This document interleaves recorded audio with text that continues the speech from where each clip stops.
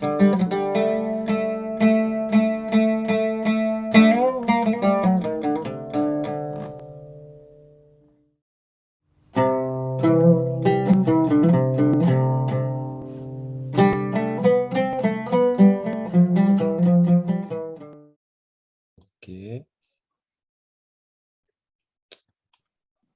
ok, c'est bon. Donc, bonsoir à tous. Je suis très heureux de. Enfin, on est très heureux avec Binyamin parce que je ne suis pas tout seul à organiser ce shiur, de réitérer ce shiur pour la deuxième fois. Donc, le mois dernier, on avait parlé, on a fait un shiur d'introduction et on avait parlé de l'importance et de l'obligation de garder, de conserver ces mémoires. Donc, je fais un tout petit résumé, un mini résumé pour voir de quoi on a parlé exactement. On avait dit que déjà, on avait donné la définition du minag. Quelle était la signification d'un minag? On a dit que le minag, ce n'était pas les coutumes qu'on a l'habitude de faire, de manger du couscous le vendredi soir ou des choses comme ça. On a dit que le minag, c'est la halakha. Donc, on voyait que les chachamim nous avaient parlé du minag en nous parlant de la tfila, des tfilot, shacharit, mitrarvit. On avait vu aussi que, on a vu le midrash, la gemara, et le Shulchan Aruch et d'autres décisionnaires qui avaient dit qui disaient qu'on ne pouvait pas annuler le minag d'une communauté. Un particulier qui aurait le minag, qui voudrait ne pas faire ce que son père avait fait, pouvait le faire, mais une communauté, de manière générale, ne pouvait pas annuler un minag qui se transmettait de génération en génération. On avait dit aussi qu'il y avait une marloquette entre le Bet Yosef, le Rabbi Yosef Karo et le Mahar Ashdam, un autre grand décisionnaire, à savoir est-ce qu'on peut annuler un minag par Atarat Nedarim. Et on avait vu que le Shulchan Aruch avait été revenu sur ses paroles, apparemment avait changé d'avis et qu'il avait dit que bien que dans le Bet Yosef, il avait écrit qu'on avait le droit, dans le Shulchan Aruch, il a dit qu'on n'avait pas le droit. Donc, a priori, même par Atarat Nedarim, on ne peut pas annuler un minag. On avait essayé de donner une raison, même deux raisons. Pourquoi est-ce que c'est si important de garder un minag et pourquoi une communauté entière ne peut pas annuler et changer le minag? On avait donné l'exemple d'un corps humain avec des cellules. La communauté c'est une espèce d'entité en elle-même, entité entière, et les membres de cette communauté-là se renouvellent de génération en génération, mais le corps reste le même, et donc ce que le corps a pris, ce que la communauté a pris sur elle des générations avant, personne ne peut venir annuler ceci, sauf on avait donné un exemple, peut-être si toute la communauté venait et demandait d'annuler le minag, ce serait peut-être possible, mais c'est quelque chose qui est pas d'actualité de toute façon. Et on avait donné une autre raison. On avait amené l'histoire de Rama à Cracovie. Nathaniel, excuse-moi. Juste cherche le bouton pour couper tous les micros. De temps en temps, fais-le comme ça. Sinon, on va être dérangé par les bruits des gens qui se connectent à droite à gauche. Mais fais-moi peut-être, si tu peux, fais-moi admin. Comme ça, peut-être que je pourrais t'aider pendant le. Peut-être que je pourrais le faire aussi. Ok, il Excuse-moi pour ça. n'y a pas de problème. Tu es là. Ouais. Et je crois que je ne vais pas pouvoir après partager l'écran. Bon, on verra. Non, je ne devrais pas être là. Bon, c'est pas grave. Il doit y avoir une possibilité de faire admin. Juste admin sans être le host. Bon, il faudra que tu me remettes, Ross, pour que je puisse partager l'écran. Bref, en tout cas, on avait vu que donc l'histoire je ne vais pas revenir sur l'histoire, mais qu'on ne connaissait pas toujours les raisons des minagim. Et donc, quand on ne connaît pas la raison, on ne peut pas toujours comprendre pourquoi est-ce que nos ancêtres ont reçu les minagim sur eux. Et donc, c'est très compliqué et problématique de les annuler. Et on avait vu aussi, enfin, l'approche qu'on doit avoir, qu'on avait vu ça à travers plusieurs exemples. L'approche saine qu'on doit avoir par rapport à nos minagim, c'est quand on voit un minag qui a priori est en contradiction avec ce qu'on lit ou avec ce qu'on voit dans la halakha, la première chose qu'on doit faire, c'est de dire qu'on doit partir du principe que le minag est bon et essayer de lui trouver des preuves, des sources, des références dans la Torah, dans les décisionnaires, pour pouvoir montrer que ce minag est bon. Et c'est exactement ce qu'on va faire ce soir et dans à peu près tous les shiurim qu'on aura dans le cadre de ce centre d'études, c'est de prendre un minag qui est répandu dans les communautés constantinoises et d'Afrique du Nord de manière générale, et de voir les arguments qui vont à l'encontre de ce minag et de trouver les arguments et les références qui, au contraire, renforcent ce minag et montrent que le minag a des sources de références ancrées dans la Torah et dans les décisionnaires, dans la halakha. Donc voilà. Binyamin, tu veux introduire quelque chose? On commence le cours directement. Vas-y, je pense qu'à la fin, je rajouterai 2-3 liens comme ça de la semaine, mais c'est tout. Ok, d'accord. Donc, alors, tu m'as remis en admin? Make host. Hop. Bon, donc, ok. Donc, je vais partager mon écran. Hmm, voilà. Ok, ça, c'est ça. Maintenant, ok. Tout le monde a mon écran? Ok.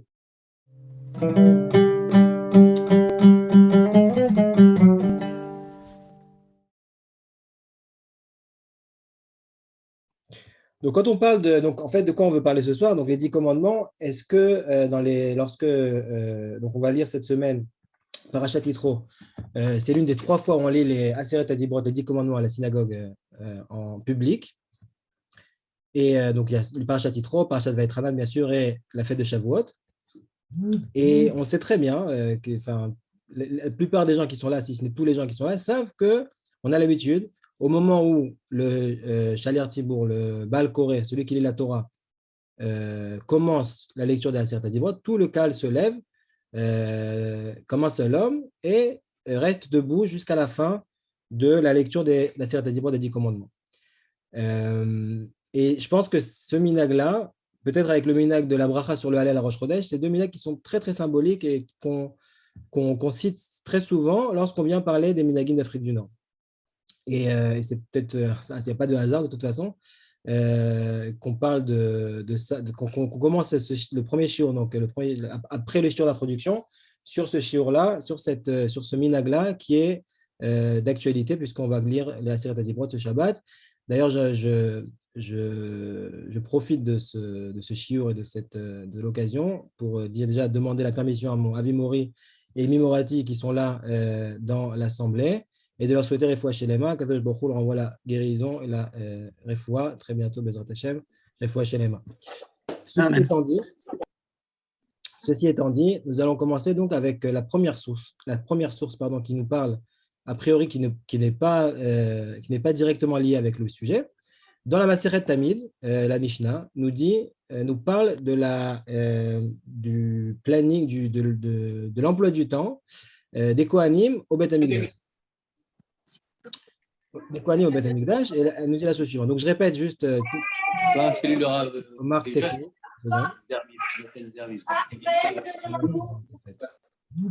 Non, je connais un petit peu. Non,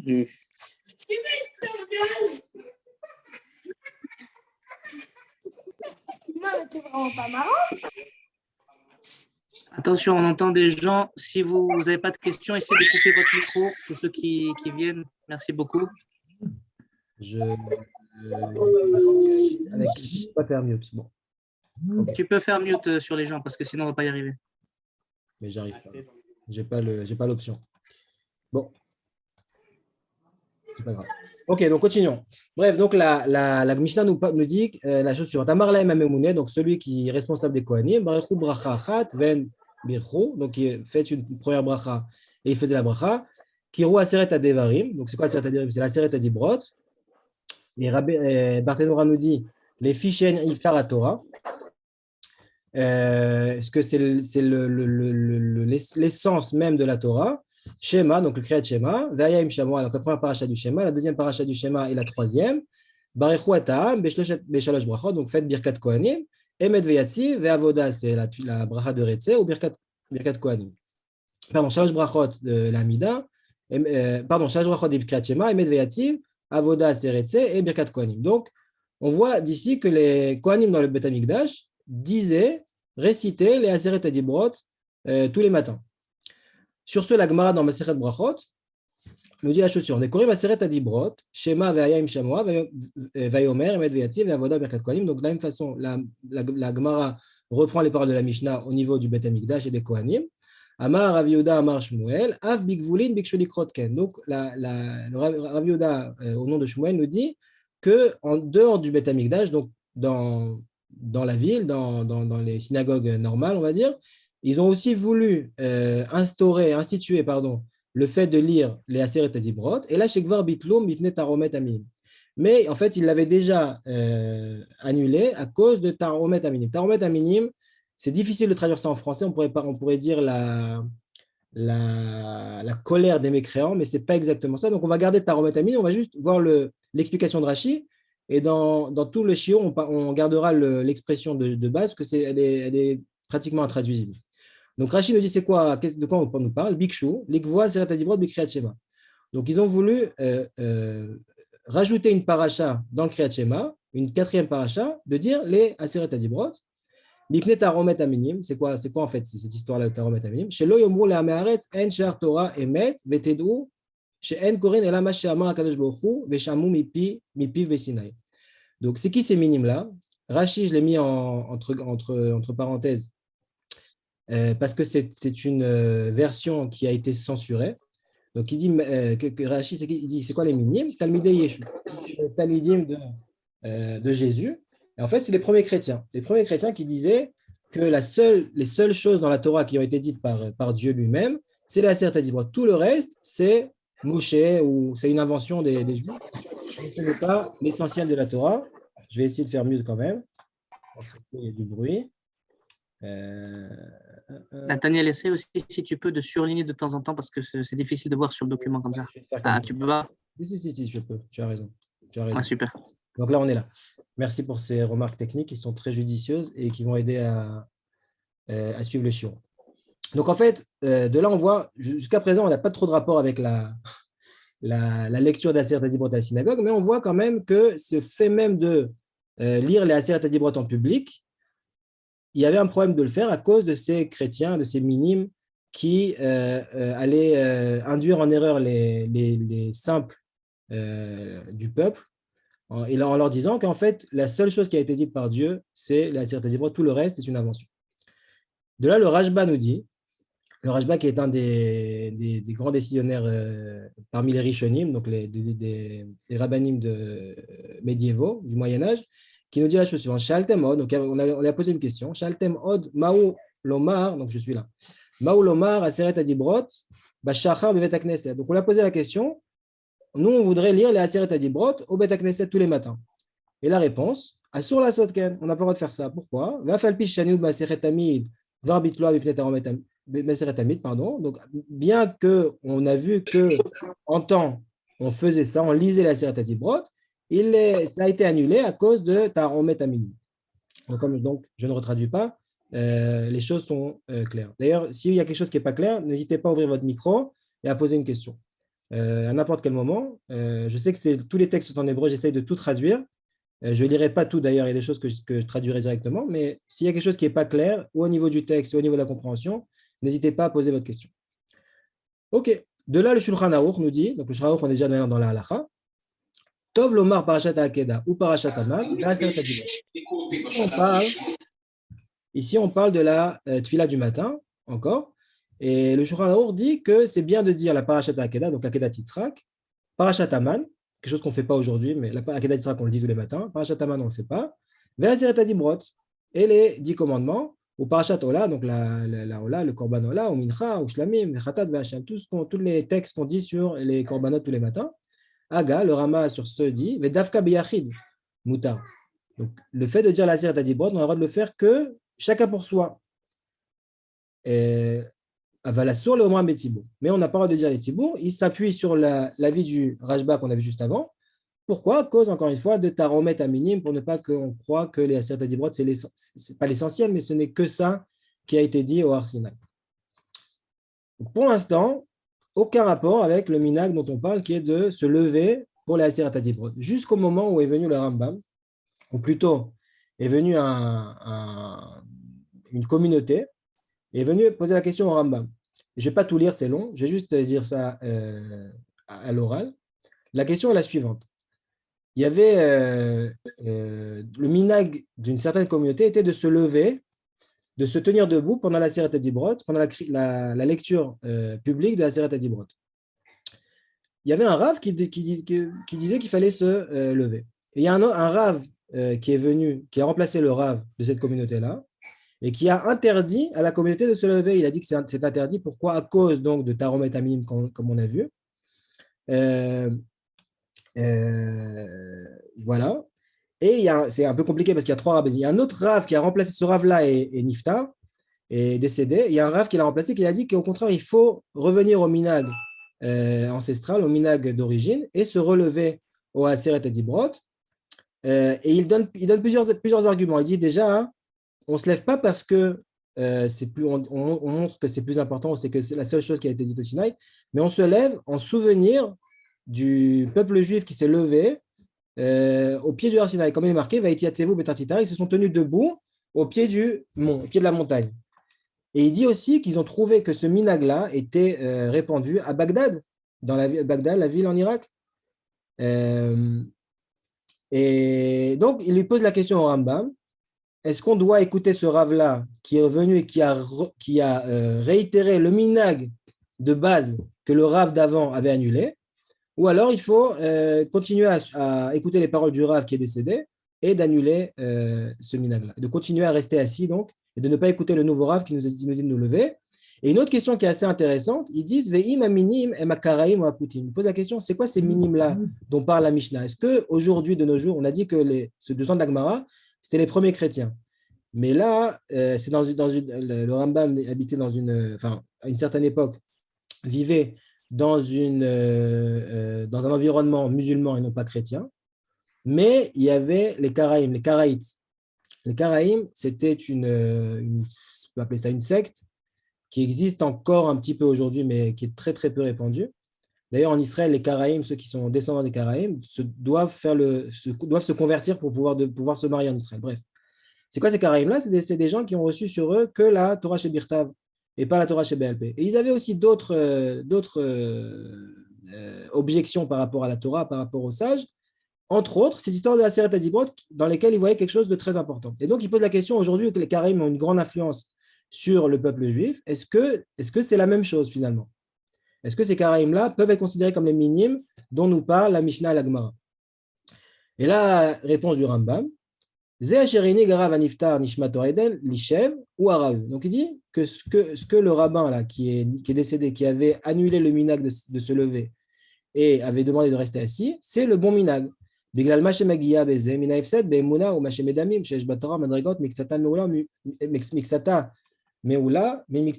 dit le Rambam, c'est quoi le problème de se lever? Parce que quand on se lève pendant la Sirata Dibrot, on montre que la Sirata Dibrot sont plus importantes que tout le reste de la Torah. Et donc, on arrive à une perte ou un amoindrissement de la Emouna, et donc c'est problématique, d'une part, et d'autre part, donc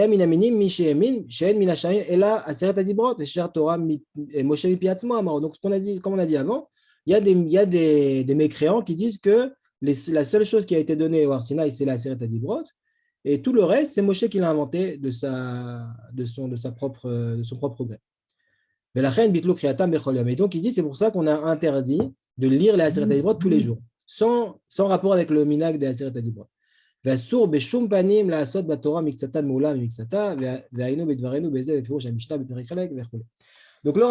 cette chouva-là du Rambam, on voit que le Rambam s'opposait, donc, enfin, il n'a pas écrit de son plein gré, il a juste répondu à une question. C'est-à-dire que si cette question-là n'avait jamais été posée, peut-être que le Rambam n'aurait jamais répondu à cette question. En tout cas, de là, on voit que le Rambam s'oppose à ce minag. On voit aussi une autre chose intéressante, c'est que les minimes changent d'identité au fur et à mesure de l'histoire. Donc, quand il y a ce problème-là de minime, quel qu'il soit, que ce soit les chrétiens ou les Karaïtes, le problème se pose. Et alors, peut-être que s'il n'y a pas ce problème-là, peut-être que le problème ne se pose pas. On va voir ça par la suite. Et on voit aussi que c'est un minag qui existait. Donc, on voit que ce minag-là existait avant cette communauté. Donc, c'est un minag qui existait. Ce n'est pas un minag qui a été inventé. Et on voit que même à l'époque où la question a été posée, ce minag existait à Bagdad, qui était une ville avec de nombreuses communautés juives ancrées dans les traditions. De cette réponse-là, du Rambam, le Rav Ovadia Yosef, dans son responsable Yechavedat, que je n'ai pas amené ici, j'ai amené directement la Shura Tartona, le résumé en fait de son fils, le Rishon LeZion, Rav Yitzhak Yosef, dans l'Yakut Yosef, qui dit la chose suivante. Yesh noagim la'amod beshat kriyat aseret adibrot. Donc, il y en a qui ont l'habitude de se lever lorsqu'on lit la aseret adibrot. Chez Parashat Yitro, Parashat Vaïtranan, de Bechag HaShavuot. Venze minag nachon al pi halacha. Nous dit le Rav Ovadia Yosef, ou le Rav Yitzhak Yosef, que ce n'est pas un bon minag et qu'il va à l'encontre de la halacha. Shekvar katav Rambam, sheyesh lachush beze pen yomru shedavka Torah zo min hashamayim velo hashar chas v'shalom, notnim yad laposhim beze veyesh limchot benoagim ken. Donc il rappelle ici la réponse du Rambam, qui a dit que la problématique était que les gens, à cause de ce minag-là, vont dire que les seules choses qui sont d'Akadosh Baruch Hu, c'est les Aseret HaDibrot et pas le reste de la Torah. Et il dit à la fin, on doit réprimander, on doit s'opposer à ceux qui ont l'habitude de se lever, donc de faire ce minag, de se lever pendant les Aseret HaDibrot en public. Voilà, bonsoir à tous. Donc, on s'arrête là? Non, on ne s'arrête pas là, évidemment. C'est vrai que le Rambam dit cette chose-là. C'est vrai que le Yakut Yosef dit que c'est interdit, mais on va voir maintenant qu'il y a des dizaines, je n'ai pas amené ici toutes les références, il y a des dizaines et des dizaines de références qui vont et qui renforcent le minag et qui expliquent les différences entre ce que le Rambam répond à cette communauté-là et la situation dans laquelle on est aujourd'hui.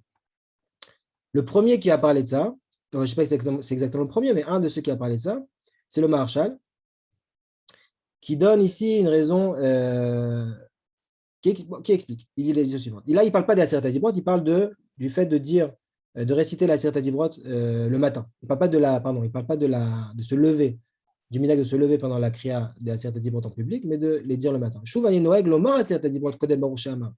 Donc lui, il dit, contrairement à ce que le Rama écrit, lui, il dit Aseret HaDibrot avant baruch she'amar bekol ram. Donc ça veut dire quoi bekol ram? C'est que tout le monde entend. Il ne dit pas ça pour lui. Afsha Rambam katav b'tshuva le'isour, bien que le Rambam a écrit que c'est interdit. Au Mevi Raya et Perikama de Brachot, donc comme on a vu dans la Gemara, Nire Ben, il explique il justifie cet usage par la chose suivante. Nire Benai Dafka le Kov'a bebirkat yotzer kmo kriyat shema. Qu'est-ce qu'on a vu au niveau des Kohanim? Au niveau des Kohanim, ils avaient institué de dire les Aseret HaDibrot pendant la tfila elle-même, pendant le Yotzer. Lui, il l'a dit avant Baruch She'amar, ce qui est bien avant le début de la tfila. Ren Piresh Rashi, aval leomra bechol boker lirvod haTorah lirvod Hashem haNorah, she'aseret hadvarim chakukim beluchot mirtav Elohim mitzvah gdola leomra.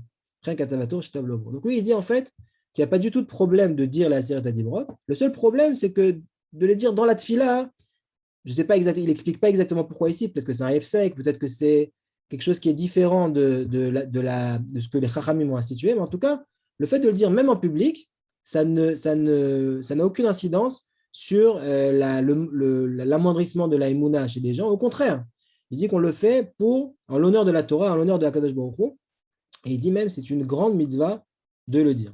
Donc là, encore une fois, on n'est pas dans le minag dont on parle, mais on est dans le même sujet. Le Rabbi Shmuel Abouav, lui, il parle du minag duquel on parle, de se lever. Il renforce le minag par la raison suivante. Donc lui, il dit en fait, ici, même s'il y avait des minimes, même s'il y avait des gens qui pouvaient influer le peuple et leur dire que finalement on se lève parce qu'on pense que c'est plus important, il dit non, c'est pas possible ça. Pourquoi? Parce qu'on sait très bien, tout le monde sait pourquoi on se lève. Et personne ne pense aujourd'hui qu'on se lève parce qu'on pense que les Aseret HaDibrot, c'est soit plus important que le reste de la Torah, soit que seulement les Aseret HaDibrot ont été dites au Har Sinaï. Non, tout le monde sait quoi. Et pourquoi est-ce qu'on fait ça? La tête, elle libenu bet ou beonaï, derrière kima sheshba idur kilo ikbalnu pnei ashrina bemamad agadol ve'anora. Donc ici, on dit, on se replonge dans l'ambiance dans laquelle était le peuple juif lorsqu'il a reçu la Torah. Ils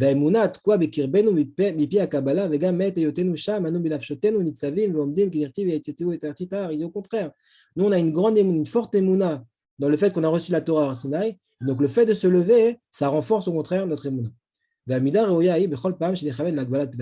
en plus, c'est non seulement, il explique pourquoi ils étaient debout les Bnei Israël, parce qu'ils allaient recevoir la Shrina, la Kadosh Baruch Hu. Et le fait de recevoir la Kadosh Baruch Hu, c'est comme un roi, on se lève devant un roi, donc c'est la raison pour laquelle ils se sont levés. Et nous, de la même façon, כל מקום שנהגו המנהג הנזכר, יהיו אוחזין מעשי אבותיהם בידיהם, שכוונתם לשם שמיים.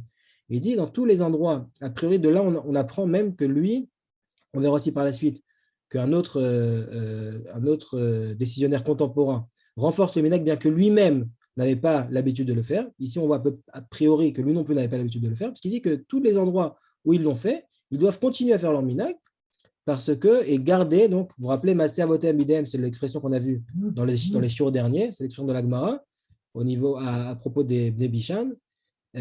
Lorsque nos ancêtres et nos pères et nos rabbins ont institué, on fait perdurer un minhag, nous devons de le garder aussi et de continuer. Et il dit chez Kavanatam les Shem Shamaim, parce que notre Kavana est complètement les Shem Shamaim et n'est pas au contraire pour amoindrir la Emuna. Rabbi Yehuda Ayash, qui était l'un des plus grands décisionnaires du XVIIIe siècle, qui est cité dans tous les livres, dans tous les responsables, qui a vécu en Algérie, qui est né à Alger et qui a été enterré à Jérusalem au Mont des Oliviers. Il renforce aussi ce minhag. Et il donne une autre raison.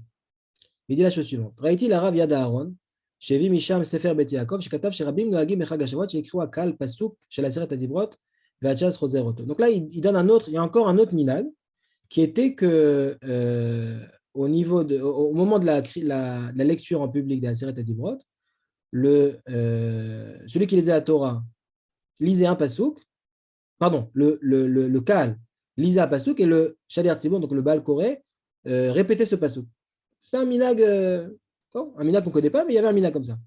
Et il dit, venir la nudati, d'elle la chouche le taromet minim. Donc là aussi, on voit qu'il y a un problème parce que finalement, on fait une différence avec où il n'y a aucune autre kriya dans la Torah qu'on lit de cette façon-là. Donc a priori, on pourrait penser ici aussi qu'il y a un problème on fait un décalage, une différenciation entre ce passage de la Torah et les autres.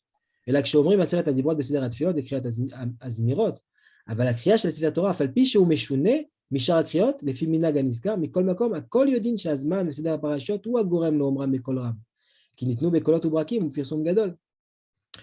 Il dit en fait que ce que les Chachamim ont interdit, la problématique que les Chachamim ont mise en évidence, c'est lorsqu'on rajoute une kriya. On a vu que les Kohanim rajoutaient cette kriya-là. Et donc, on a voulu la rajouter aussi dans les synagogues. Lorsqu'on rajoute une kriya, là, il y a quelque chose de différent d'habitude. C'est quelque chose qui se rajoute. Mais là, il dit que la façon dont on lit la kriya, de toute façon, on devait lire la kriya de Torah. La kriya de Torah, on la lit toutes les semaines. Et la Seyat Hadirot, quand on arrive à Parashat Yitro, c'est une takana des Chachamim qu'on doit la lire. Et à Shrag HaShavuot, on lit aussi la Seyat Hadirot. Tout ça, c'est une takana des Chachamim. Le fait qu'on change la façon de la lire, ça n'a aucun problème. Là, il n'y a pas de problème. Il n'y a pas de problème de taromet minim, même si il y avait des personnes qui voulaient, ou des minim, ou des karaïtes, ou des chrétiens, ou peu importe, même si ces personnes-là existaient, le fait même que ce n'est pas un ajout, mais une façon différente de lire la kriya, il n'y a aucun problème à le faire. Ve'enakpada est là le goufa kriya, ve'lo alofen kriya. La seule chose dont on doit faire attention, c'est le fait de rajouter une kriya, mais le fait de le lire différemment n'a aucune incidence sur cette approche.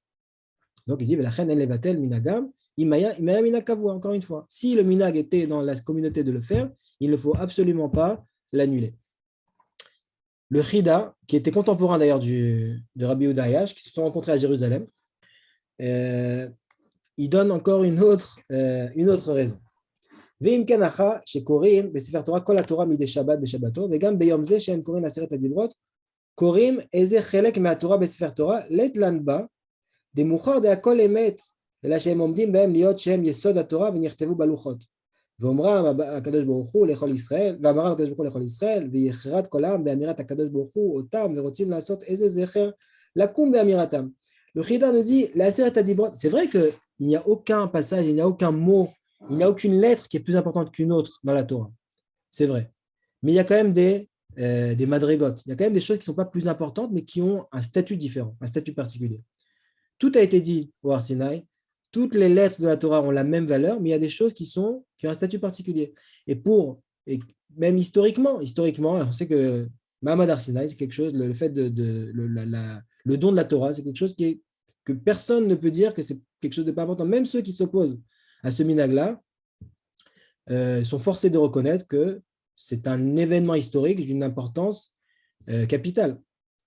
Et donc, pour marquer le coup, entre guillemets, ce minag-là de se lever, c'est pour montrer on veut absolument marquer le coup et se rappeler de ce Mahamad-là, de cet événement-là qui est si important.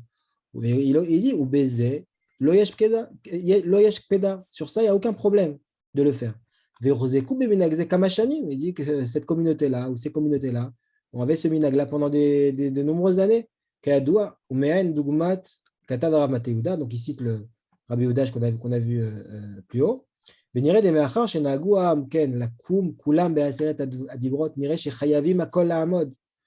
là, il dit plus que ça. Non seulement il n'y a pas de problème avec le minag, mais on est obligé, on a l'obligation de garder le minag. Tout le monde doit se lever.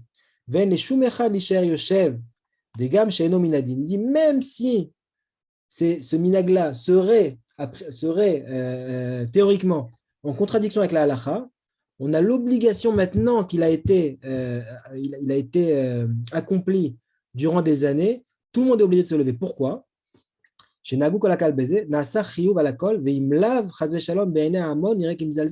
Parce que si maintenant on commence à s'asseoir, alors là, il y aura un problème qu'on pourrait comparer à Taromet à Minim, de dire que là, les gens vont commencer à être mezalzelim dans ce Mahama, dans cet événement historique qui est le don de la Torah au Har Sinaï. Donc là, les choses s'inversent carrément. Que non seulement on doit continuer à accomplir ce minag, mais même s'il allait en l'encontre de l'halakha, on doit quand même le faire pour justement éviter un problème de Emouna au sein du peuple. Tout est clair, il y a des questions jusque-là? Ok. Donc là, on a vu. Moi, j'ai une question. Vas-y, je t'écoute. Quand on a vu la halakha par le Rav Ovadia Yosef, il doit sûrement se positionner par rapport à Rabbi Yosef Karo, peut-être que tu diras le Shulchan Aruch. Mais est-ce que le Shulchan Aruch se base sur un autre avis que sur uniquement celui de Rambam par rapport à la réponse qu'il a fait à la communauté, ou est-ce qu'il y a d'autres avis, comme le Rambam, qui disent qu'effectivement, il faut annuler le minag? Alors déjà, ta question, elle tombe pile poil au bon moment. Nathaniel. Il faut que je répète la question, Nachon. On n'a pas très bien entendu. Je répète la question. La question, c'est est-ce que le Rav va dire, corrige-moi si je ne suis pas précis dans ma question, dans ma formulation, pardon. Tu dis le Rav Ovadia Yosef, quand il interdit le minag, il s'appuie certainement sur le Shulchan Aruch, qui s'appuie lui-même sûrement sur le Rambam, mais sur peut-être d'autres sources. C'est ça ta question? C'est ça. Donc alors déjà, la question, elle arrive pile poil au bon moment, parce qu'on va voir dans la source prochaine qu'il en parle, mais ça montre peut-être que tu n'as pas bien exactement suivi, parce que jusqu'à présent, je n'ai pas du tout amené le Shulchan Aruch. Le Shulchan Aruch, il n'a pas du tout parlé de ça, en fait. La seule source du Shulchan Aruch qu'on a amenée, c'est par rapport au fait de dire la Seret HaDibrot le matin. Vous vous rappelez? Qui disait que c'était bien de dire la Seret HaDibrot, et le Rama disait que c'était bien de les dire en particulier, mais pas en public. Le Shulchan Aruch, Comme le Rav Yosef va selon Maran, c'est supposé qu'il voyait possède la phrase selon Maran, lui-même est supposé selon Rambam. Mais effectivement, le Shulchan Aruch aussi par rapport à ça. D'accord. Donc le Shulchan Aruch, on n'a pas parlé de ça. Et d'ailleurs, le Rav Ovadia Yosef s'appuie sur d'autres décisionnaires plus lointains, mais il s'appuie surtout sur cette réponse-là du Rambam, et il dit cette chose-là. Cette réponse du Rambam, là, vous voyez, Père adore, ce responsable-là a été trouvé, cette réponse a été trouvée en 1924 par un Rav qui s'appelle Rav Freiman. Et en fait, il dit, si jamais cette réponse-là avait été aux yeux des décisionnaires, il n'aurait pas eu l'insolence d'aller à l'encontre du Rambam. À cela, il y a deux réponses, ou plusieurs, même trois. La première, c'est ce qu'on vient de dire, ce qu'on va voir dans la source, la prochaine référence, qu'on a vu à aucun moment que ni les Rishonim, ni le Shulchan Aruch n'ont parlé de ce minag-là. Il n'y a que le Rambam qui en parle. Et encore une fois, il en parle parce qu'on lui a posé la question. Première chose. Deuxième chose, cette réponse-là, effectivement, elle a été trouvée en 1924 en hébreu, mais elle avait déjà été rapportée dans un autre livre dont j'ai oublié le nom. Il est là, je l'ai ici. Peu importe, dans un autre livre, mais elle était en arabe, parce que la réponse, elle a été écrite à la base en arabe. Et donc, peut-être que parce qu'elle était en arabe, alors elle n'a pas trop été répandue. On peut penser ça.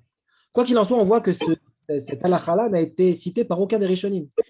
Ça, c'est la deuxième réponse. La troisième réponse, c'est qu'après que cette réponse-là a été découverte et a été connue du public et des décisionnaires de notre temps, donc après cette année-là de 1924, donc le début du XXe siècle, les Chachamim, les décisionnaires ont continué à renforcer le minhag. Et c'est ce qu'on va voir maintenant, justement.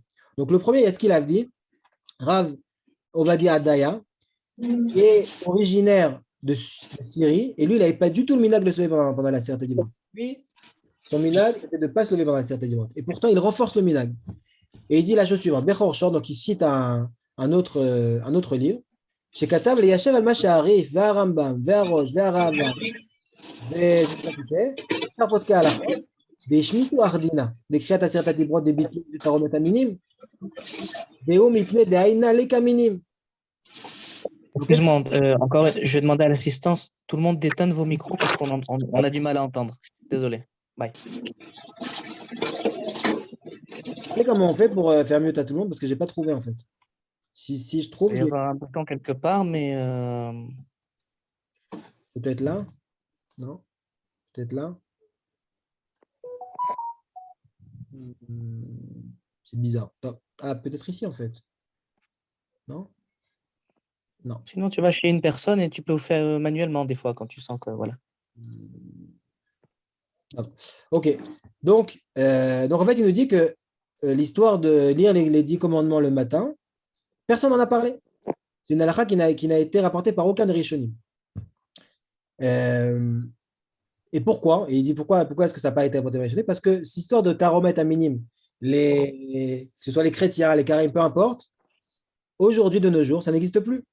Donc, à partir du moment où la raison de l'annulation n'existe plus, il n'y a aucune raison de continuer à ne pas faire perdurer le minag.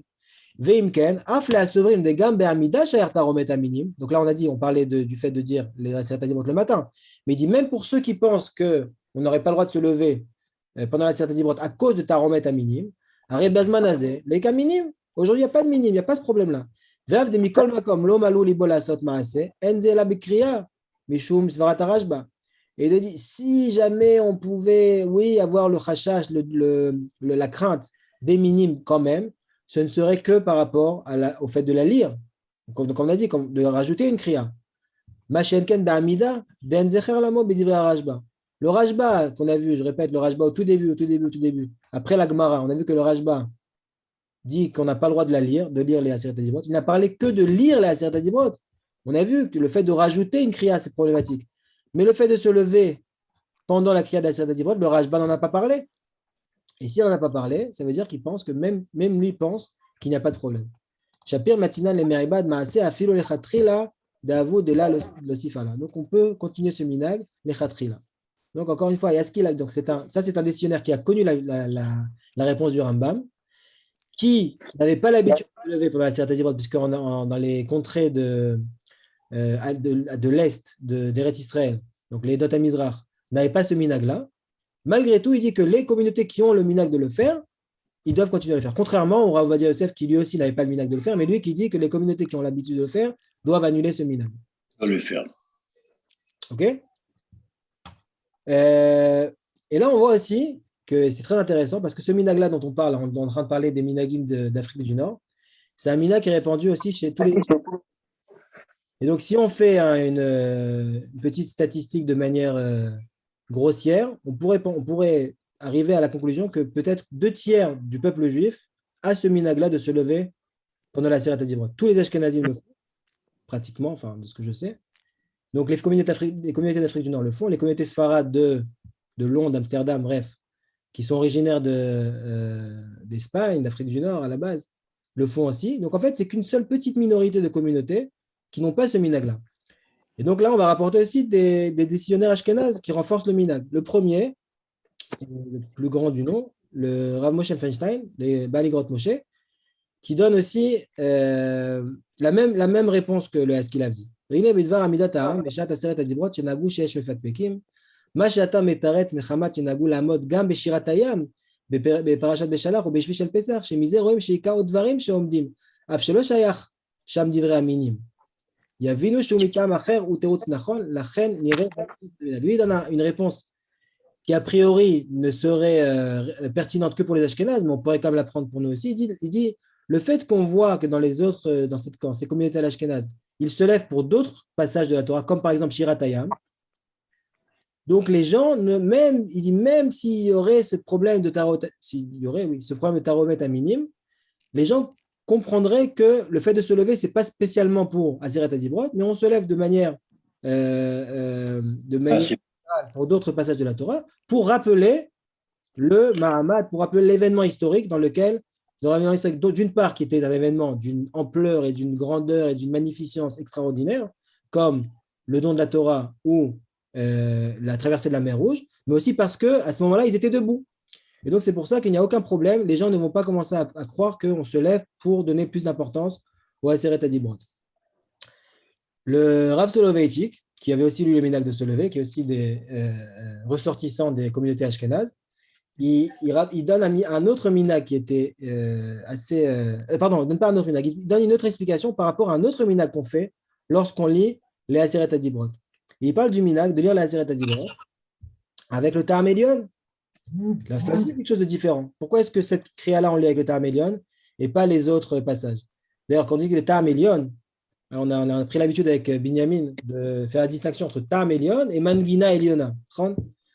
Mais Mangina Elyona, effectivement, nous, on l'utilise pour plusieurs passages dans la Torah. Mais le Ta'am Elyon, c'est le Ta'am lui-même. Les Ta'amim qui sont dans la Torah sont un système de Ta'amim différent lorsqu'on lit la Aseret Adibrot en public. Ce ne sont pas les mêmes Ta'amim que lorsqu'on les lit, par exemple, pour Shnai Mikra Vechat Targum ou quelque chose comme ça. C'est quelque chose qui est différent. Il explique pourquoi. Il explique si je peux me permettre, pour certains, au cas où. Donc, quand on parle de Ta'am, on parle vraiment des signes, les signes qui nous font chanter et tout. C'est-à-dire que dans cette paracha-là, il y a dans les 10 commandements, ils changent vraiment de position, ce n'est pas les mêmes signes, etc. C'est-à-dire là, des fois, il y aura un Azla Gerish, des fois, il y aura un Rabia, etc. C'est vraiment ça. Le Ta'am, il change. D'accord? C'est ça qu'on veut dire par le Ta'am Elyon. Tout à fait. Ta'am Elyon, m'excuse d'intervenir. Le Ta'am Elyon, ça veut dire les Ta'amim qui sont en haut. Et le Ta'am normal, c'est le Ta'am en bas. Maintenant, quelle est la différence entre Ta'am Elyon pour les 10 commandements et le chant du Ta'am Elyon dans Azach et Moshe, etc. C'est que quand on fait Ta'am Elyon dans les 10 commandements, ça fait 10 versets, ça fait 10 commandements. Tandis que si on fait Ta'am Tahton, il y a 13 versets. C'est ça la différence. Quand on fait le Ta'am qu'il y est en bas, ça fait 13 versets. Tandis que quand on fait Ta'am Elyon, ça fait 10 versets. Et c'est pour ça qu'on appelle les Aseret Adibrot. Les Aseret Adibrot sont faits à cause du Ta'am Elyon. Voilà, c'est important de le savoir. Ben, c'est exactement ce que dit le Rav Soloveitchik. Il dit la chose suivante. Aminag likrot et Aseret Adibrot beTa'am Elyon, velo beTa'am Atachton. Exactement comme le Ravged Shlita Sheyechie כמו שהם בתורה ועל דרך הטעמים שבכל התורה, אבל הטעם העליון אינו מחלקם לפסוקים אלא לדיברות. Exactement. Donc c'est pour ça qu'on le Makor, c'est très bien de l'avoir donné parce qu'effectivement, maintenant, on sait pourquoi on appelle ça Ta'am Elyon. Parce qu'effectivement, c'est pardon, excuse-moi. Et les ta'amim sont en haut, tandis que les autres les ta'amim sont en bas. Voilà. Et ça fait 13 versets au lieu de 10 versets. Et donc, ça donne des Aseret Adibrot. Et l'air du Ta'am Elyon, alors on l'applique ailleurs, dans la Shira, dans la fin de Mishpatim, etc. Et on appelle ça Ta'am Elyon. En réalité, ce n'est pas un Ta'am Elyon, c'est le Shir Elyon. Voilà. Hazak, je te repasse la parole. Hazak. On appelait ça la Mangina Eliona, mais c'est pareil. La Mangina, voilà, Mangina Elyon. C'est pareil.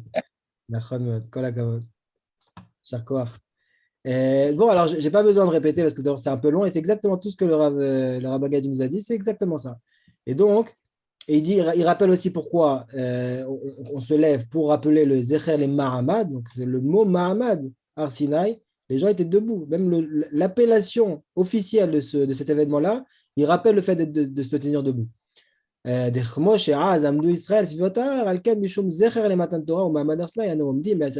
ça, on a déjà évoqué cette raison-là. Donc il dit, ce que le Rambam écrit dans la tchouva qu'on a vu plus haut, il n'y a pas de stira, il n'y a pas de contradiction.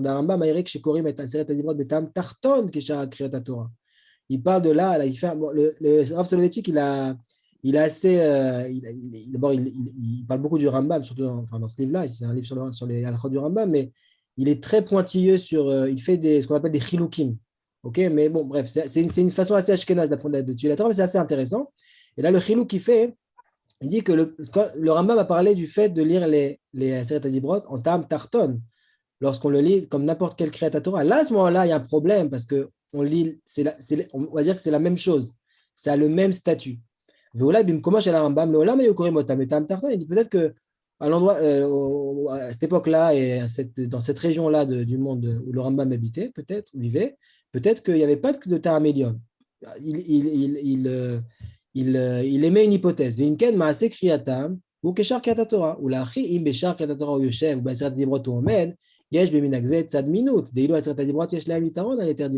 il fait si les deux kriyot sont sur le même ils sont au même niveau de lecture, là à ce moment-là il y a peut-être un problème de se lever. Mais on voit déjà, on l'a fait cette différence, tout le monde l'a fait cette différence là, on la voit. Donc lorsqu'on voit même cette différence là, il n'y a plus aucun problème de faire d'autres différences, de se lever pendant la lecture. Voilà, ça c'est donc les décisionnaires contemporains qui ont vu la tchouva du Rambam, la réponse du Rambam, et pourtant ils ont continué à renforcer le minhag. Et on finira par les paroles du Rabbi Shalom Essas qui renforce le minhag évidemment. Et il donne encore deux, trois raisons qui sont un petit peu différentes, qui rappellent un peu les raisons qu'on a vues, mais qui sont encore plus profondes. Il dit la chose suivante. Je vais lire rapidement et je vais traduire et on finira par ça. Veina emet minagatik yomin be Marocco. Dit Marocco, mais on sait très bien que c'est dans toute l'Afrique du Nord. Vayu makpidim al ze la mod unan shashalir tzibur omram ou beza ita charada gdola bevet hakneset ven socher ven medaber. Il dit que le fait même de se lever, ça met une ambiance très solennelle dans la synagogue. Les gens tremblaient pratiquement.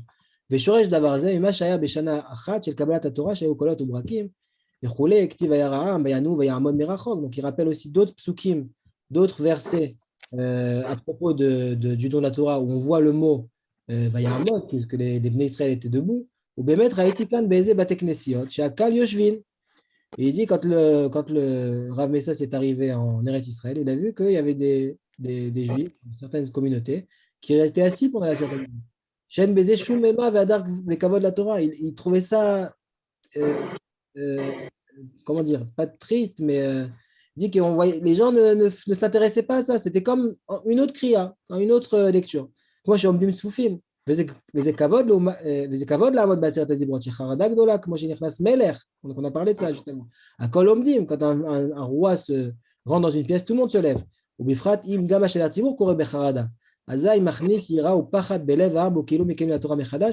je fais une parenthèse. On a parlé donc de la Mangina Eliona. Je pense que chez nous, les Constantinois, enfin pour ceux qui connaissent, je ne sais pas s'il y a que des Constantinois dans l'Assemblée, c'est quelque chose qu'on vit de manière intense. Cette Mangina-là, ce Tarmélion-là avec lequel on lit la Kriyat HaTorah, ça nous saisit et c'est quelque chose qui nous met dans l'ambiance et qui donne une ambiance et une atmosphère très solennelle à ce Mahamad-là. Ou Bechol Ofen, Zemina Gatik, Ven Nachon Levatlo. Quoi qu'il en soit, même quelle que soit quelconque considération halachique ou qu'importe, il dit que c'est un minag très ancien. Et donc, on n'a pas lieu de l'annuler. Chol Mishenag la mode, Ven T'as rien mis comme épice, comme d'habitude. Ukvar yadoua den acher amina kloum. Donc là, il rappelle ce qu'on a rappelé dans le shiur précédent, que lorsque le minag est de se lever, on ne va pas l'annuler. Je vais essayer de faire mute. Mute. J'ai réussi. ומה שאמרו טעם בשביל האפיקורסים, שאומרים שרק 10 הדיברות, יש להם חשיבות יותר מכל התורה, אין טעם זה מספיק לבטל מנהג יפה ועתיק. Même si cette raison-là que ça va faire des différences entre les 10 הדיברות et le reste de la Torah, ce n'est pas une raison suffisante pour annuler un minhag. Même si on s'assoit, ce n'est pas ça qui va changer les choses. וכולם טענות וכפירות, לא בשביל שטענותיהם הפחותות והגרועות נפסיד את דברים העומדים ברומו של עולם שנהגו בהם מדורי דורות. On ne va pas prendre en considération ces mécréants pour annuler un minhag d'une beauté, d'une importance considérable. De toute façon, il rappelle à Passou qui dit que ça dépend de qui, ça dépend de l'approche de la personne. Les tzadikim, ils se renforceront par ce minhag, et les rechaim, de toute façon, ils n'ont pas besoin de ce minhag-là pour amoindrir leur émouna. Velachen, les fikoter d'Ati, Raoul et Chazek à minhag. Il dit il faut renforcer ce minhag. Donc on a vu plus haut que tous les Ashkenazim le font et personne n'a jamais pensé à l'annuler. Imken achar shekol haposkim anal même Raoul divrei Rambam ve'af mishelo Raoul divrei הלא הזכירו הטעם של טהרת המינים ודחו אותו, ואחר שהמנהג הזה קיים מדורי דורות, ממות הרמב"ם ועד היום, והרבה צעקו עליו וציוו למחות לבטלו ולא העלו. Il dit qu'il y a quand même des décisionnaires qui ont vu cette réponse du Rambam et qui ont essayé d'annuler ce minhag, lo העלו. Personne n'a fait cas de ces cris et de ces demandes, ובראשם הרמב"ם, ובאו אחריהם כל הפוסקים הנ"ל, ובכל הדורות שעברו ונתנו טעם נכון לקיומו. Vadaï, Den, Raoul Levatlo, Raoul Arzikbo. Donc, il dit tous ces poskim-là qui justement ont voulu renforcer le minhag et ont amené les références comme on le fait justement ce soir pour le renforcer. Il n'y a pas lieu de l'annuler. Qui Yeshbo Behemet et Magdola Vecharadak-dola Maspiret et Mahamad Arsinai. Donc, encore une fois, il rappelle le fait que ce minhag-là nous rappelle le don de la Torah et nous renforce au contraire de notre émouna et nous fait trembler lorsqu'on vient écouter les Aseret HaDibrot. Umash katav HaGaon, Harishon Etzion Rav Yosef, Shlita, Zatzal, Shayom Metzuim Aminim Benenu, Zemet Metzuim même. Il dit, effectivement, le Rav va dire dans sa réponse, non seulement il a donné l'argument du fait que les gens n'avaient pas vu la réponse du Rambam, mais en plus il dit que de nos jours, il y a des minimes. Et là, il fait afour à l'afour. Il renverse complètement cet argument-là. Il dit, mais les minimes, il dit ces minimes-là qu'on a aujourd'hui, ils sont encore pires que les minimes d'avant. Les minimes d'avant, ils acceptaient une partie de la Torah et ils rejetaient une autre partie. Mais ceux de nos jours, d'autres passages de la Torah, ils rejettent tout en bloc. Même Kofrim Beikar. L'école, c'est des mécréants total. Même la Aseret HaDibrot, pour eux, c'est une invention. Et donc, de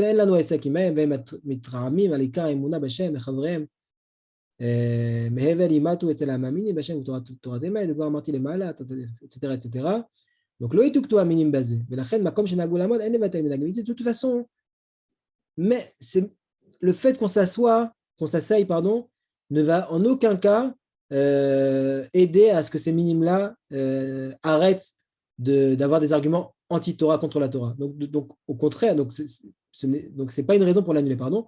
Au contraire, lorsqu'on s'assoit au moment de la Aseret HaDibrot, alors qu'on avait le minhag de se lever, c'est là qu'on leur donne qu'on leur donne des arguments à ces minimes-là, en leur disant, voilà, vous voyez, on se levait, maintenant on s'assoit, donc la Torah perd de son importance.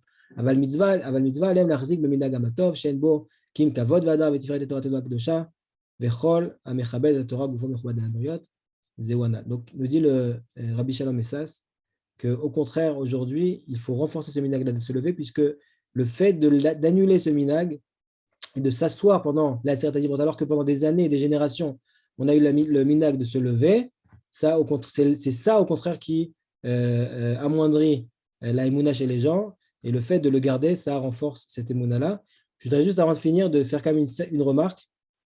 Malheureusement, on ne prie pas tous dans des communautés qui respectent ce minhag-là. Et comme on l'a rappelé, il y a une question qui a été posée dans le shiur suivant. Minagamakom. Minagamakom, c'est de respecter le minag de l'endroit. Donc, c'est vrai qu'on a vu de toutes ces sources-là, et s'il y a des questions, on va tout de suite les poser, que notre minag à nous, des communautés d'Afrique du Nord, c'est de, oui, de se lever pendant les Aseret Adibot. Une personne qui se trouve dans une communauté, dans une synagogue où on ne se lève pas, il ne devra absolument pas se lever. Parce que là, il y a un problème de lotit godédou, et il y a un problème de. Et même, encore une fois, je lui dis, ce n'est même pas une question de halakha, c'est une question de bon goût. Quand tout le monde s'assoit, on s'assoit. Moi, quand je suis dans une communauté où les gens se lèvent au Kaddish, je me lève pendant le Kaddish. Dans une communauté où les gens se lèvent pendant les Chadodi, ce qui peut être un sujet pour un autre shiur, je me lève pour les Chadodi parce que je respecte le minag de l'endroit. Donc, c'est très important de ne pas faire de différenciation et de se rebeller contre le minag de l'endroit. Un minag, une communauté d'Afrique du Nord qui a le minag, ils devront se renforcer. Si ils ont oublié ce minag-là, ils devront se renforcer et reprendre ce minag-là. Mais un individu qui est dans une communauté qui n'a pas ce minag-là ne devra en aucun cas aller à l'encontre du minag de l'endroit et se lever. Baruch Adonai Le'olam, Amen ve Amen. S'il y a des questions, avec plaisir.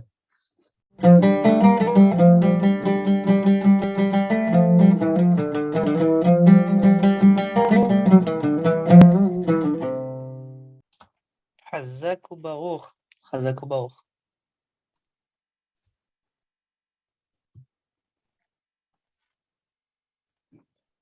Top. C'était assez clair apparemment. Tu veux conclure? Conclure, je ne sais pas.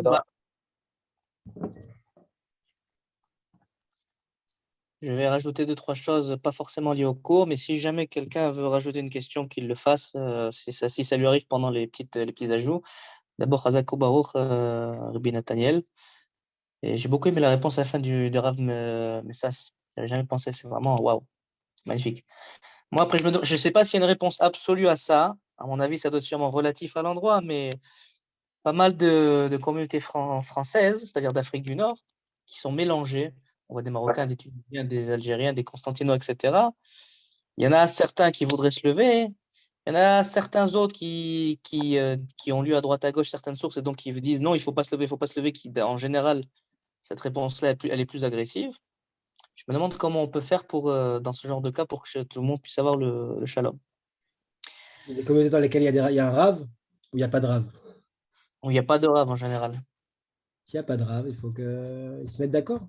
Ils se mettent d'accord. Il y a rien, pour moi, il n'y a rien de pire qu'une communauté où la moitié fait comme ça et la moitié fait autrement. La vérité, je préfère qu'ils s'asseyent tous plutôt qu'il y en a qui s'asseyent, il y en a qui se lèvent. Non, ça pose pas de problème. Moi, je crois qu'il n'y a pas de problème. Yeah. Quand on est dans une communauté où les gens sont assis, si celui qui a l'habitude d'être debout, il se met debout, ça ne gêne pas. C'est quand tout le monde est assis et que lui, il s'assoit, ça gêne. Tandis que si tout le monde est assis et lui, il se met debout, ça ne gêne pas.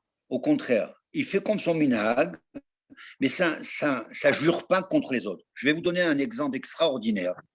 J'ai eu le privilège d'avoir reçu à Sarcelles le Rav Halkin. Tout le monde connaît le Rav Halkin qui était à Aix-les-Bains. C'est un grand hacham. Il était assis à côté de moi à Sarcelles. Et à chaque fois que la personne qui montait à la Torah, elle disait « Barechou et Hashem HaMevorach », il se mettait debout. Et pendant toute la lecture de la Torah, quelle qu'elle soit, ce n'était pas le Aseret Adibrot, il était debout. Il écoutait la Torah toujours debout. Ça, c'est quelque chose d'extraordinaire. Ça m'a resté dans la tête de voir le Rav Halkin debout pendant toute la Torah quand on lisait la Torah. Alors maintenant, nous, notre minhag, c'est de se mettre debout quand c'est Aseret Adibrot. Il y a tu as été excellent dans les références que tu as données. Ben Porat Yosef, Ben Nathaniel.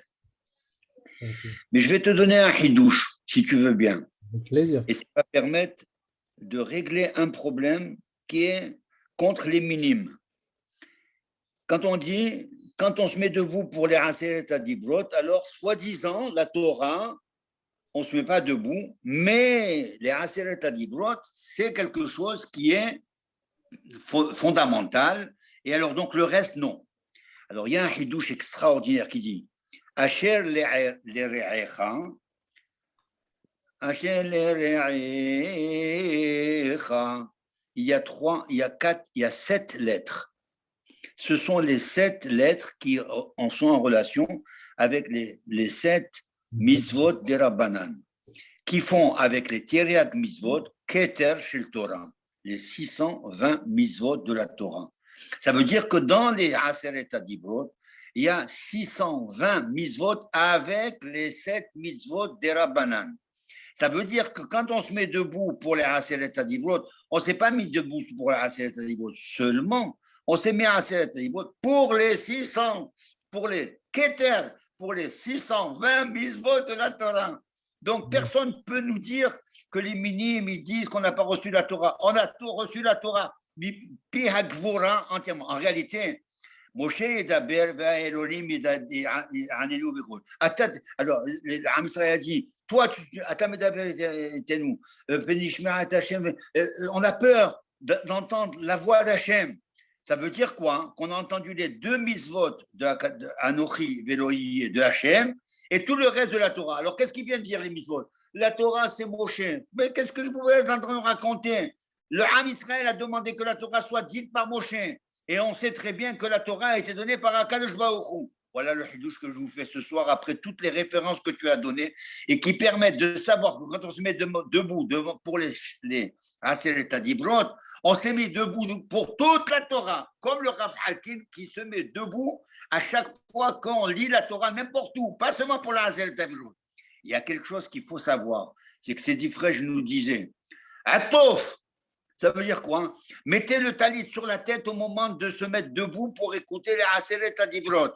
Alors rappelez-vous, vous mettez-vous debout et mettez le talit sur la tête comme les grands rabbins soi-disant qui mettent le talit sur la tête parce que quand on écoute les Aseret Adibrot, on a écouté toute la Torah et c'est la réponse au minimum. Hazak ou Baourti. Hazak. Voilà. Pas beaucoup. Ça te plaît, Nathaniel? Hazak ou Baourti. Allez, je te rends la parole. Moi, ça y est, j'ai fini. Pour revenir Moi, un je pense peu à D'accord. la Même pour la chaussée. Benjamin, la tu veux dire réponse quelque de chose? votre message. On t'entend très mal. On t'entend très mal, Rub. C'est mieux là? Ouais, super. Par rapport à la réponse du Rav Messas, est-ce qu'on a la réponse du Rav Ovadia Yosef, à savoir qu'est-ce qu'il fait ce qui se fait de la réponse du Rav Messas par rapport à ça? Est-ce qu'il en a pris compte dans son psak halacha ou encore une fois il s'est basé uniquement sur ce qu'on a vu? La réponse d'Hachem Shmagan, elle arrivait en réaction à la réponse du Rav Ovadia dans Yechavedat. Qu'est-ce qui. Écoute, c'est Marloquette Rabbanim, tu sais. Chacun il a ses arguments et il n'accepte pas les arguments de l'autre. Bon, mais de toute façon, Rav Ovadia, il est coutumé du fait de vouloir annuler les minagim ancestraux des communautés d'Afrique du Nord de manière générale. C'est sa chita, mais elle a sa place. On ne dit pas qu'elle n'a pas sa place, elle a sa place, mais nous, on est en. Le Rav, enfin nous, pardon, qui on est? Le Rav Messas, il est en contradiction avec ça. Il n'est pas d'accord. Entre autres, le Rav Messas, il n'y a pas que lui, mais entre autres. Hazak. Et le minag s'appliquerait aux communautés algériennes, marocaines et aussi tunisiennes? Aux communautés qui avaient l'habitude de le faire, mais de manière générale, ce que j'espère en tout cas, peut-être que le Rav Gage nous sera plus. Comment? Je n'ai pas écouté. Répétez-moi la question. Est-ce que ce minag-là était. Je sais qu'il était répandu au Maroc, en Algérie. Est-ce qu'il était aussi répandu en Tunisie? J'imagine. Si on peut prendre par exemple un exemple. Quel minag vous parlez? Se mettre debout pendant la sérénité. Le fait de se mettre debout? Oui. Ah oui, non, il n'y a pas de problème. À Constantine, en Algérie, à Alger, et tout, de partout, on se mettait debout. Il n'y a pas de problème. En C'est Libye vrai aussi. qu'après, on a entendu le problème des minimes, etc. Mais on ne tient pas compte. Ce n'est pas parce que les minimes disent ce qu'ils disent que nous, maintenant, on va changer notre minag. C'est eux, ils pensent. Mais si on tient compte qu'on ne se met pas debout parce qu'on croit que, à ce moment-là, on leur donne raison. Alors, au contraire, il faut se mettre debout. Comment a dit le Rav Messas? C'est clair? C'est clair? Comme tu l'as expliqué au sujet du Rav Messas qui a dit, on ne tient pas compte des minimes parce qu'en en ne se mettant pas debout, on leur donne raison. Maintenant, il faut savoir que de toutes les manières, les Aseret Adibrot ont une valeur particulière puisque on le dit, nous, on ne le dit pas le matin et puis avant Baour Shamar. Nous, on n'a pas ce minhag parce qu'on ne donne pas une préférence aux Aseret Adibrot par rapport. Il y a certains qui font la parachat Haman pour la Parnassa tous les jours. Bon, ce sont des minhagim, ça. Mais ça ne veut pas dire que parce qu'on lit Parashat Haman ou bien Parashat Aseret Adibrot, que ça, c'est plus important que d'autres. Il n'y a pas de mitzvot supérieur à d'autres. Il y a une seule chose. Ve'ahavta et Hashem Elohecha bechol levacha. Ve'ahavta lereacha kamocha. Ve'ahavta et hager. Ça, ce sont... Quand Rabbi Akiba dit c'est mitzvah gadol batora, cette mitzvah qui est mise en exergue, ça ne veut pas dire que c'est la seule qui est donnée dans le Sinaï. Ça veut dire que si on kol mekayem mitzvah ahad keilu mekayem kol Torah kula. Or ça c'est pour n'importe quelle mitzvah. Kol Israël yeshem helek le'olam haba. Ça veut dire quoi?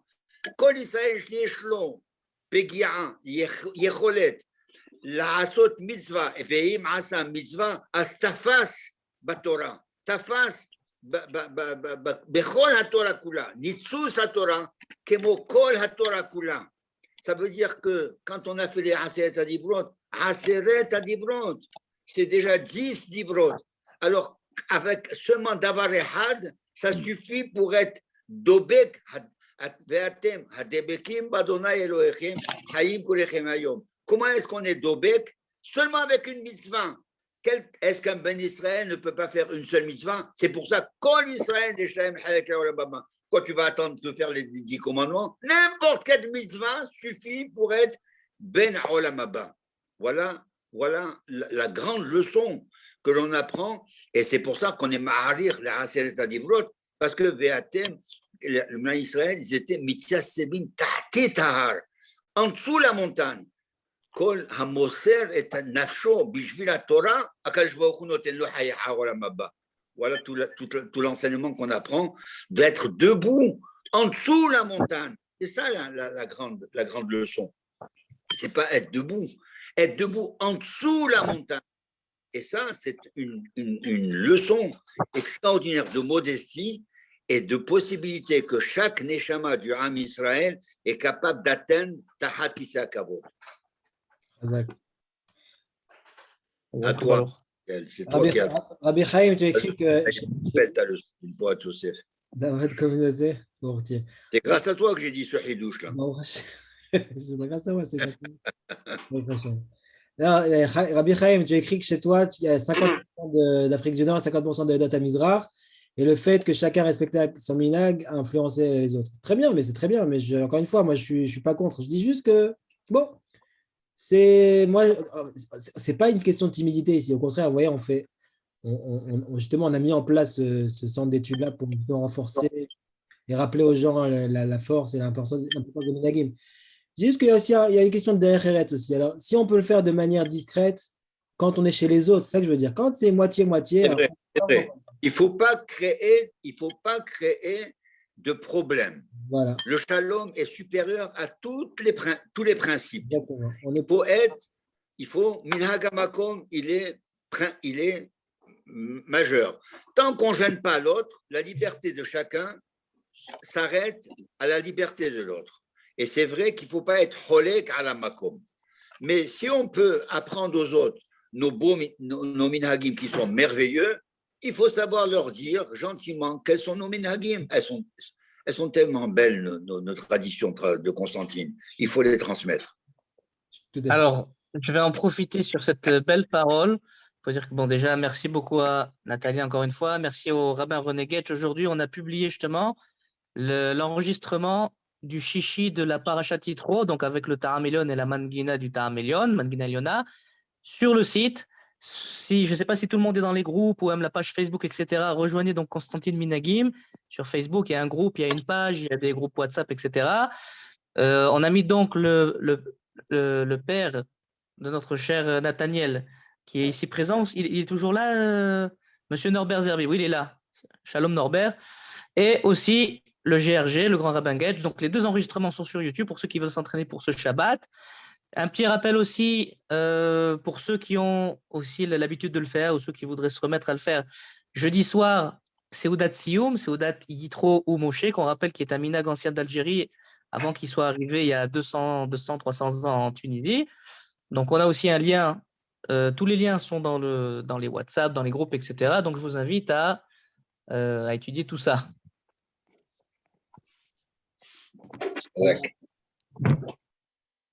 Erev Tov à tous. On se voit le mois prochain, Bezrat Hashem. Jazakum Baruch. Bochem Tiyou. Jazakum.